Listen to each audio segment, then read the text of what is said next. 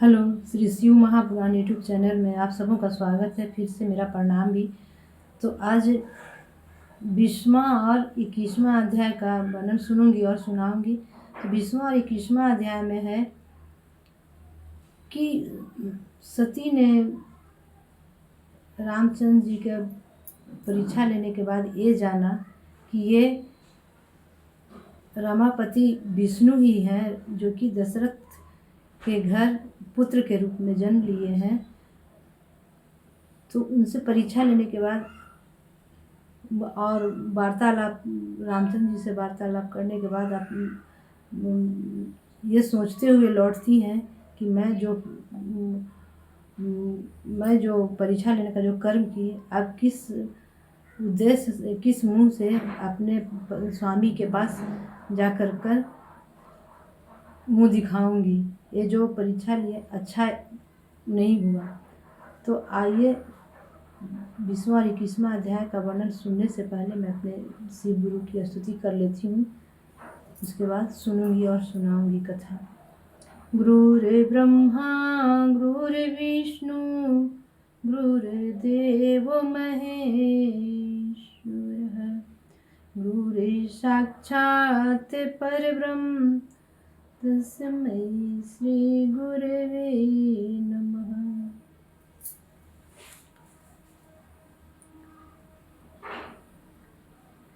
रामचंद्र जी ने कहा, हे देवी, एक बार शिव जी ने विश्वकर्मा को बुलाकर हमारी गौशाला में एक अति सुंदर मंदिर बनाने की आज्ञा दी तथा उस मंदिर में एक उत्तमोत्तम सिंहासन बनाने का आदेश दिया। इस प्रकार जब मंदिर बनकर तैयार हो गया तो शिव जी ने संपूर्ण देवताओं, मुनियों तथा ब्रह्मा को आमंत्रित कर वहां पर एक उत्सव का आयोजन किया। शिव जी ने मुझे भी वैकुंठ से लाकर वहां बैठाया तथा सब जड़ी बूटी तथा धन द्रव्य वस्त्र आदि एकत्र कर मेरे विष्णु स्वरूप का अभिषेक करना चाहा। मेरे सिर पर एक बड़ा ऊंचा छत्र रख कर तथा मुझे सिंहासन पर बैठाकर उत्तम वस्त्र पहनाए और रत्न जड़ित मुकुट मेरे सिर पर बंधवाया। इसके पश्चात लक्ष्मी जी सहित मेरा अभिषेक किया। उस समय आपने भी लक्ष्मी का बहुत आदर किया। देव नारियां गान करने लगी, अनेक प्रकार के बाजा बजने लगे। तब शिव जी ने अपने कमल रूपी मुख से ऐश्वर्य के पूर्ण वचन कहे। फिर उन्होंने मुझे संपूर्ण सृष्टि का स्वामी बना दिया, अनेक आशीर्वाद दिए तथा स्वयं मेरी स्तुति की। फिर ब्रह्मा से कहा, तुम भी इनको प्रणाम करके उनकी बड़ाई करो तथा समझो कि आज से विष्णु तुम सबके स्वामी हुए।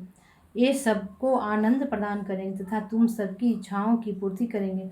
शिव जी का यह आदेश सुनकर सबों ने मुझे प्रणाम किया। चारों ओर से जय जयकार का शब्द गूंजने लगा। फिर शिव ने मुझे यह वरदान दिया, हे विष्णु, तुम सबके स्वामी होकर तुम सबके कष्टों को दूर करो। तुम्हारी तीनों लोग पूजा करेंगे। धर्म, काम तथा मोक्ष देने वाले होकर बड़े विजयी वीर बनोगे। हम स्वयं भी तुम पर विजय प्राप्त न कर सकेंगे। तुम ब्रह्मा के भी स्वामी हो। हमने तुमको तीनों लोक प्रदान किए हैं। अब तुम अवतार लेकर तीनों लोकों का पालन करो। हम तुम्हारे भक्तों को आनंद दिया करेंगे, तब उनको मुक्त करेंगे। साथ ही तुम्हारे शत्रुओं का वध कर हर प्रकार से तुम्हारी सहायता किया करेंगे। ब्रह्मा हमारी दाहिनी तथा तुम बाईं भुजा हो। तुम्हारे अवतार जो कि राम एवं कृष्ण के रूप में होंगे, उनको हम स्वयं जाकर देखेंगे तथा संसार के देखने के लिए सदैव उनकी भक्ति किया करेंगे। माता, तब से जहाँ शिव जी निवास करते हैं, मैं भी वहीं स्थित रहता हूँ। शिवलोक में ही विष्णु लोक है, जिसको गोलोक भी कहते हैं। मैं शिव के आदेशानुसार ही अवतार लेता हूँ। मेरे मत्स्य आदि अनेक अवतार हो चुके हैं। मैंने उन्हीं अवतारों से संसारी कार्य पूरे किए हैं।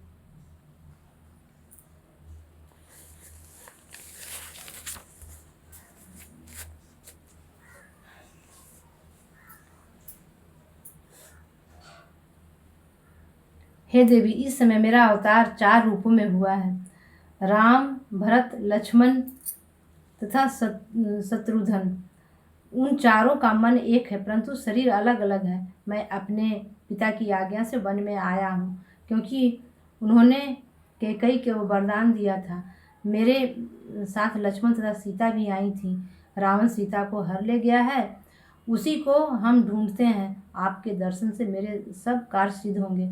इस प्रकार मुझको तो सीता हरण अत्यंत शुभ हुआ, जिससे आपके चरणों के दर्शन प्राप्त कर सका।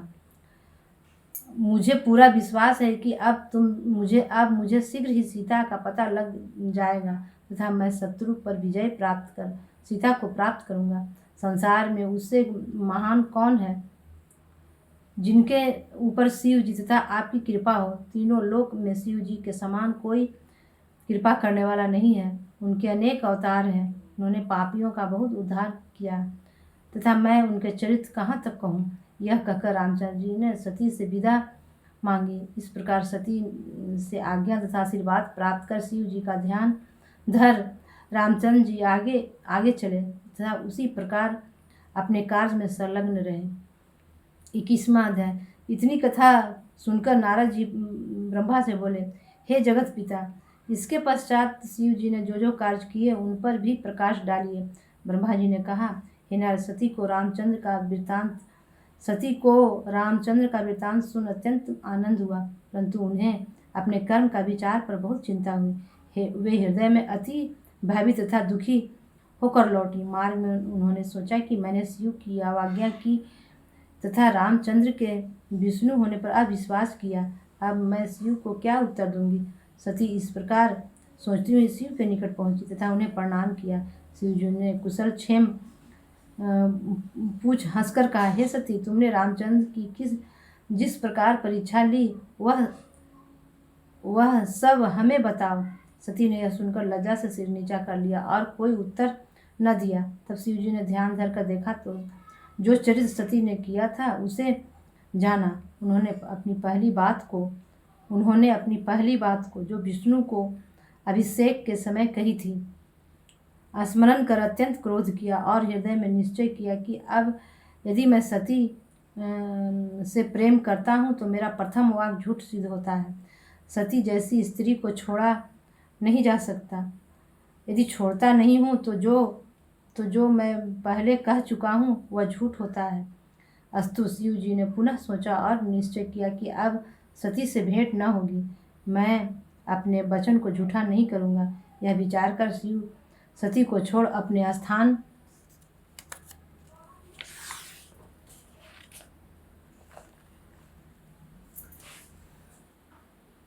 को चल दिए।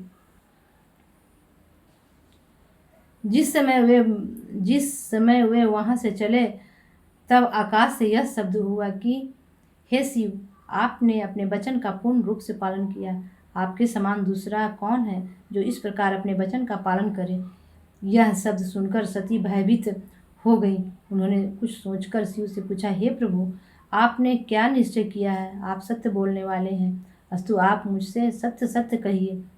सती के बार बार पूछने पर भी शिव जी ने यह बात छिपा रखी। यह देखकर सती को विश्वास हो गया कि शिव जी उन्हें त्याग दिया है।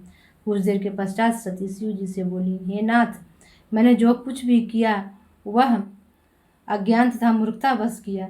अब आप दूध और पानी अलग करके देखें, क्योंकि प्रीति की यही रीति है।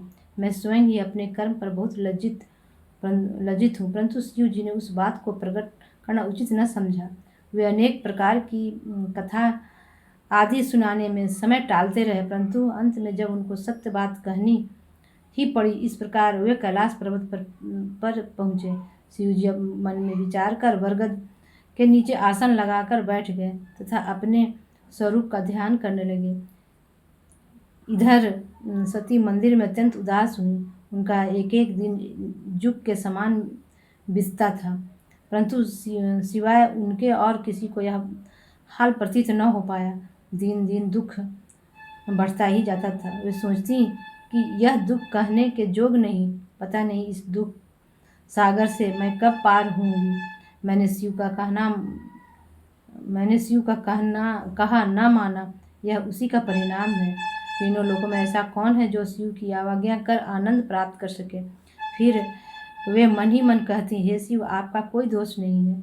मैंने जो कुछ भी किया उसका फल प्राप्त कर रही हूँ। हे भाग्य, तुझे ऐसा न चाहिए था कि मुझे शिव के विरुद्ध किया। हे ब्रह्मा, ऐसे संकट के समय में तुम मेरी मदद करो ताकि मेरा शरीर बदल जाए। हे मृत्यु, मैं तुमसे निवेदन करती हूँ कि तुम मुझे इस संसार से उठा लो। शिव जी को इस प्रकार समाधि में 87,000 वर्ष व्यतीत हुए। इतने समय के पश्चात जब वे समाधि से जागे तो उन्होंने सती को अपने सम्मुख खड़ा पाया। शिव जी ने उनको अपने सम्मुख बैठाया तथा उस बात को समाप्त कर अन्य बातें आरंभ की जिससे सती को कोई दुख न हो। इस प्रकार वे प्रसन्न रहने लगी। शिव ने अपने प्रण को न तोड़ा। यह कोई आश्चर्य की बात नहीं है कि सती को पिछली बात का दुख न हुआ तथा वे सभी बातें भूल गईं। शिव जी प्रत्येक शरीर में हैं। बहुत से मुनि यह कहते हैं कि शिव और शक्ति का विछोह यह पीछे के वचन है। शिव के चरित्र हर कल्प के अलग अलग हैं। कल्प भेद का हाल किसको ज्ञात है। वे जो कुछ करें सब उचित है, इसमें किसी प्रकार का संदेह नहीं करना चाहिए। शिव तथा शक्ति का भेद अत्यंत गुप्त एवं कठिन है, उसको कोई नहीं जान सकता। शेष तथा विष्णु भी उनके चरित्र का वर्णन करने में असमर्थ हैं। यह जानकर भक्तों को उचित है कि संदेह रहित होकर उनकी पूजा आराधना करें। हे नारद, इस प्रकार जब बहुत समय व्यतीत हो गया तब शिव ने अपना वह चरित्र किया जिसको देखकर सबकी बुद्धि भ्रमित हो गई। आज की वाणी में अपने शिव गुरु के चरणों में विराम देती हूँ। फिर से अगले एपिसोड में कहानी सुनूंगी और सुनाऊंगी।